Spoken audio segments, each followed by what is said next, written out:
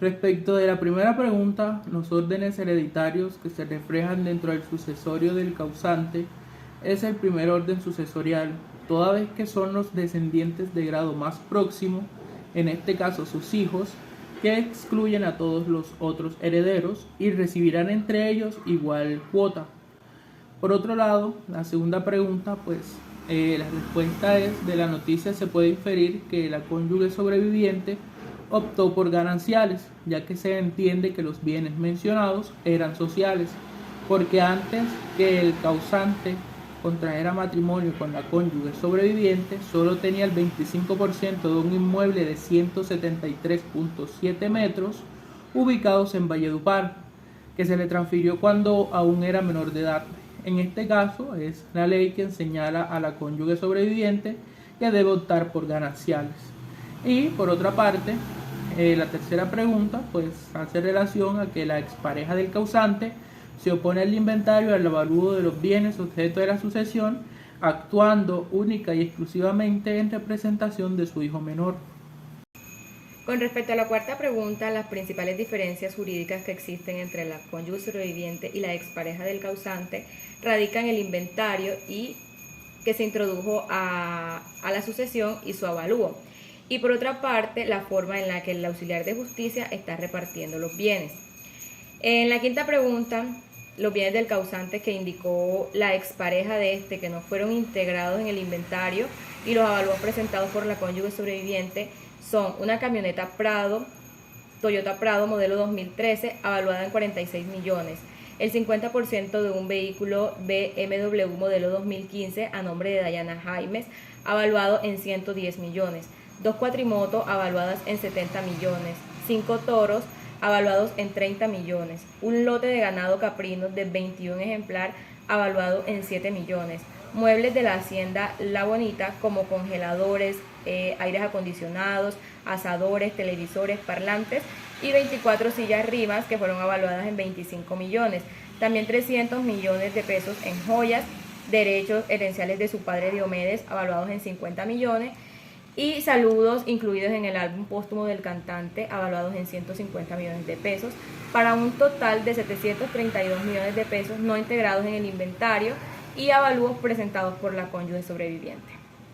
Los bienes denunciados por un tercero, que no fueron indicados por la cónyuge sobreviviente ni la expareja del causante en el inventario y avalúo de bienes, incluyen una escopeta número 12, un revólver calibre 38, que curiosamente ninguna de las mujeres incluyó en el inventario. De esto hace mención el señor Roberto Carlos Rodríguez Guillén cuando elevó el inventario en la hacienda de lo que había del 24 de abril del 2017 y 10 días después de la muerte del artista. Esto lo advirtió ante el notario primero de Valledupar. Dándole respuesta a la segunda pregunta, las diligencias judiciales que se pueden deducir del proceso de sucesión a partir de la noticia publicada incluyen la presentación de una solicitud de sucesión por parte de la viuda del cantante Dayana Jaimes García, la objeción de pasivos y acreencias por parte de la expareja del causante, Claudia Barón, la aprobación del inventario y avalúo de bienes, la inclusión de acreedores y personas en contratos con el cantante en el proceso, la designación de partidores para la partición de bienes y la presentación de objeciones al trabajo de partición efectuado por la auxiliar de justicia nombrada por el juzgado. La pregunta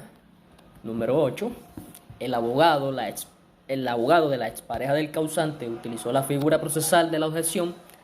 en contra del trabajo de partición efectuado por la auxiliar de justicia nombrado por el juzgado de conocimiento. La razón jurídica esbozada por este apoderado se basa en la inaplicación de los principios de equidad e imparcialidad, argumentando que el trabajo de partición no beneficia a los menores y favorece los intereses de una de las partes, en desmedro de los intereses de los demás intervinientes. También tengo en cuenta que se cuestiona la asignación de los derechos conexos a los del autor derivados de los contratos del artista con las casas disqueras, sosteniendo que esto nuevamente no beneficia a los menores y debería de hacerse en común y pro indiviso. Los pasivos que reconoce el juez están relacionados con anticipos que le fueron entregados para presentaciones musicales, pero que no cumplieron tras su muerte. Específicamente 12 acreedores que sí demostraron con copias de los contratos, consignaciones, los dineros depositados, pero se excluyó a 2 acreedores que pidieron ser reconocidos dentro del proceso. Estos fueron Marlos de Jesús Gutiérrez García y el Hotel Windsor. En medio del proceso, el juez declaró no probadas las objeciones presentadas por Claudia Barón en nombre de su hijo menor en cuanto a las deudas presentadas por 12 acreedores, quienes según la decisión inicial sí demostraron con copia de los contratos y las consignaciones de los dineros depositados. Al hijo de Martín Elías y Claudia Barón se le están asignando 2 bienes que, aunque aparecen en la diligencia de inventarios y bienes y pese a que aparecen en el artista como su propietario, al momento de su muerte ya no los tenía. Uno de ellos pasó a ser propiedad de Patricia Costa, madre del cantante, y el otro de Marlon Gutiérrez, uno de los bateristas de Martín Elías.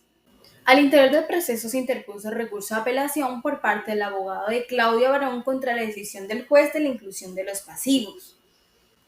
En ese momento, el proceso judicial se hallaba en la etapa de partición de la masa herencial, todo referente a la determinación de los herederos con derecho o sujetos de reparto, el avalúo de los bienes o patrimonio a repartir, es decir, el inventario, y finalmente se habló de la adjudicación o reparto de los bienes entre los herederos legitimales. Los temas que se pusieron en práctica en el presente caso fueron los órdenes sucesorales, es que se mencionaron a los hijos como herederos en primer orden, las formas de suceder, nuevamente los hijos que entraron de forma directa y Claudia Barón Sánchez, la primera esposa de Martín Elías, que entró en representación de su hijo, además conceptos generales como cónyuge supérsite, finado y demás. Y finalmente, por medio de este caso, aprendimos respecto a la partición de la masa herencial, las cuales fueron objeto de numerosos conflictos y cambios, se incluyeron y se quitaron bienes por parte de la cónyuge supérsite y de la ex esposa.